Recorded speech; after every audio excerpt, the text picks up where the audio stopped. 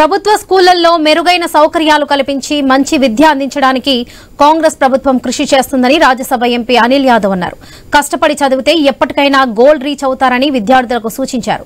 Cantonment పరిధిలోని మారేడుపల్లి ప్రభుత్వ పాఠశాలలో నోట్బుక్స్ పంపిణీ కార్యక్రమంలో ఆయన పాల్గొన్నారు. స్కూల్ అభివృద్ధికి తన ఎంపీ నిధులు కేటాయిస్తానని అనిల్ యాదవ్ హామీ ఇచ్చారు.